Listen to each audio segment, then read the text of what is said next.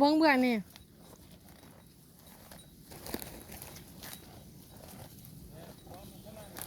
หืมหืมหามันกินตัวนี้ก่อนขอไปเบิ้งเบื่อนั่นนะสิเขาบนนี้เขาก็ท่านแล้ว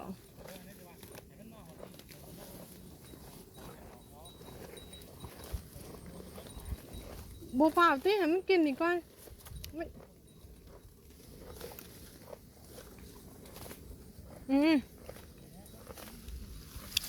ไป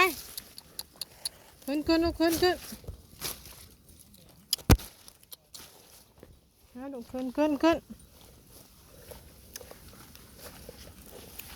ไปจะยืนอยู่หันกันเนาะจะยืนอยู่หันก่อนกำลังย่างขึ้นไปเลย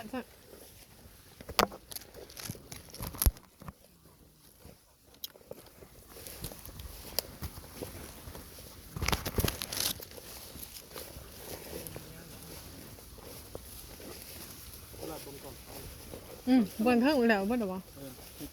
เกินมาข้างบนยางมันกลับมาก่อนคอยไล่ไม่เท่าโอ้ยหรือว่าอะไรเรื่องนะ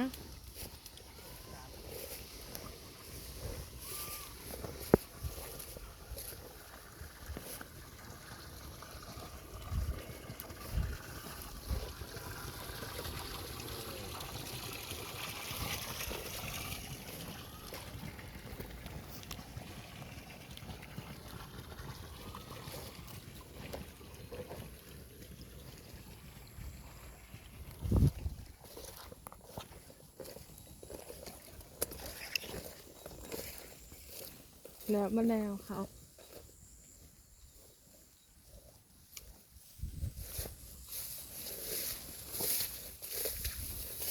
ไม่มีเปียกเปียก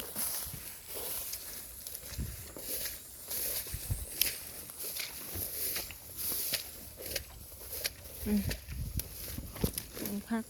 อึ๊บ